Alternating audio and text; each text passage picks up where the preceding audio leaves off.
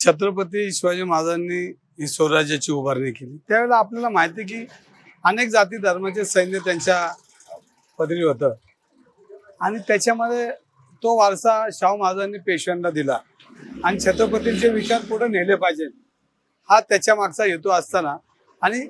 पेशव्यांनी तो आटकेपार झेंडा नेला आणि हे नेत असताना त्यावेळेला तुम्ही इथे तपासला पाहिजे की त्या वेळेच्या भागामध्ये अनेक जाती धर्माचे लोक पेशव्यांबरोबर काम केलेलं होतं आणि मग तुम्ही आता खासदार आहात आमच्या भगिनी मी त्यांच्यावर आरोप नाही करत काय नाही विनंती करणार आहे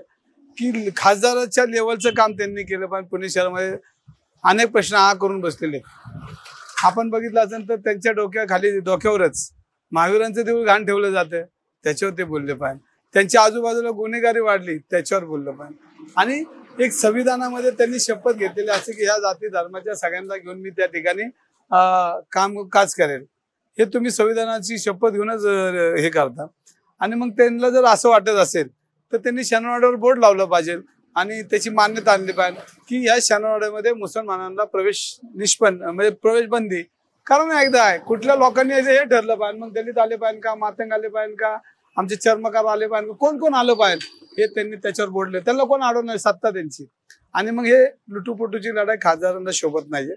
खासदारांनी एक विचार एक विजन असं ठेवलं पाहिजे कमीत कमी काय ना झालं तर मोहरांचा तरी आदर्श घेतला पाहिजे की एक बिल्डर लॉबी घेऊन आपण काहीतरी पुणे शहराला काहीतरी जैन मंदिर एक अजून 10-20 मंदिरं घाण ठेवली असं काहीतरी आदर्श घेतला पाहिजे पण तो जाऊ द्या तो राजकारणाचा भाग आहे पण त्यांनी फक्त खासदार म्हणून या पुणे शहरात काम करावं जे कार्यकर्त्यांची कामं ते कार्यकर्त्यांना करू द्या आणि तुम्ही ह्या लेवलवर खासदारांनी काम करणं हे कुठल्या चौकटीत बसतं हे त्यांनी एकदा शोधलं पाहिजे जवळपास खासदार होऊन वर्ष 6 वर्ष होत आला असेल काय बघता एकंदर त्यांच्या कारभारावर तुम्ही समाधानी आहात पुण्यासाठी काय काय अपेक्षित असतं नाही त्यांचं विजन काय हे अजून त्यांनी त्यांचा अहवाल आल्याशिवाय कळणार नाही त्यांनी पुण्यासाठी काय आणलंय आणि काय केलंय हे अजून आपल्याला तपासावं लागेल पण मला आजपर्यंत ते झाल्यापासून काय दिसलंच नाही आणि ते जरा शोधावं लागेल पण मला त्यांच्या विरोधात काही तक्रार नाही आमचं काय म्हणणं नाही एक मी त्यांचा भाऊ म्हणून त्यांना विनंती करतो की तुम्ही त्या लेवलची कामं करा ही लेवलची कामं करायला ही जी आहेत ही कार्यकर्ते बघतील ना ते त्यांच्यावर सोडून दिलं पाहिजे तुमची दुसरी बहीण जी रुपाली ताई आहे त्यांनी पण काल आंदोलन केलं दोन्ही बहिणींचं आंदोलन बघितलं तुम्हाला एक मनामध्ये काय वाटतं मी दोघींबरोबर सभागृहात काम केलेलं आहे आणि दोघींनी आम्ही लोकांनी कसं वागलं पाहिजे राजकारणी लोकांनी एक आता आम्हालाच आचारसंहिता घालून द्यायची वेळ आली आणि हे जे चाललं हे काय पुण्याला भूषण नाही आता मी बोललो तर मग माझ्या विरोधात काय बी बोलतात पण मी चुकीचं बोलत असेल तर मला टेबलवरून कोण सांगायलाच तयार नाही की तुम्ही चुकतं कसं चुकतं एवढं मला सांगायचं त्यांनी आणि तुम्ही मेट्रोमध्ये मोहोळ महानगरपालिकेत मोहोळ आता अनेक त्यांचे 4-5 आहेत टिल्ले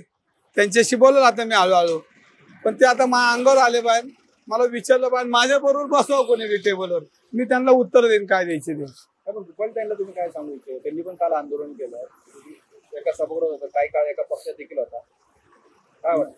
नाही विषय बघा रुपाली ताई जे आंदोलन केलं त्याला आणि मेधाताईंच्या दोघांना माझं समर्थन नाही पण दोघींनी तपासलं पाहिजे आपण काय केलं पाहिजे एकदा दोघींनी एका टेबलवर बसलं पाहिजे कारण आम्ही सगळे एकत्र सभागृहात होतो त्या दोघींनी तपासलं पाहिजे आपण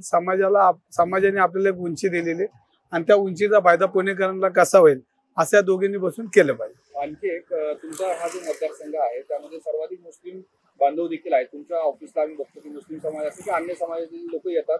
प्रॉब्लेम काय तुम्हाला अनुभव येतो मुस्लिम समाजाचे लोक आले नाही मुस्लिम समाज आणि हिंदू समाज मला माझ्या आयुष्यात जातीवाद केला नाही मला माझ्या धर्माचा अभिमान आहे का 100% आहे पण दुसऱ्या धर्माचा अनादर करणं हा माझ्या धर्माने कुठेच शिकवला आमच्या छत्रपतींनी शिकवलेला आहे जो आपल्यावर काम करतो तो आपला आणि त्या देशाच्या उभारणीसाठी त्याच्या परिवाराचं योगदान हे आपण तपासतो आपण थोडीच आर्थिकांना घेऊन बसतो किंवा पाकिस्तानच्या लोकांना घेऊन बसतो त्यांना आधार कार्ड काढून देतो असं नाही ना होत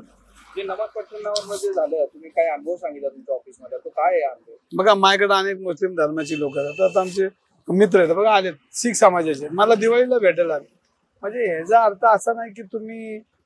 त्यांच्या धर्माचा अनादर करा त्यांच्या धर्माचा आदर केला पाहिजे ती आपली लोक आहेत आता बघा तुम्ही गुगलवर DNA काढा आणि त्या DNA मध्ये आता हिंदू मुस्लिम बघा DNA एकच निघतो. कधीतरी आमची लोक त्या काळामध्ये चुकलेली असतील, त्यांना आपल्या आज संघाची बी मान्यवर बोलतात, त्यांचं मी कौतुक करेन की ही लोकांना एकत्र घेतले पण ह्यांचा DNA आपला DNA सारखा अशी बोलणारी लोक आहेत. म्हणजे समाजात सगळीच वाईट आहेत असं नाही, पण त्यांनी मुस्लिम जे काय मध्ये काढलं होतं योग्य आहे. आपल्या सहवासात घेतलं पाहिजे, त्यांना योग्य दिशेला नेलं पाहिजे. काही चुका त्या काळामध्ये त्या वेळेचा निर्णय असतो, तो निर्णय झालेला. पण आजही तुम्ही गुगलवर जा, कोणाला माझा संशय असेल तर बघा आणि DNA टाका, हिंदू मुस्लिम DNA तुम्हाला एकच नाही.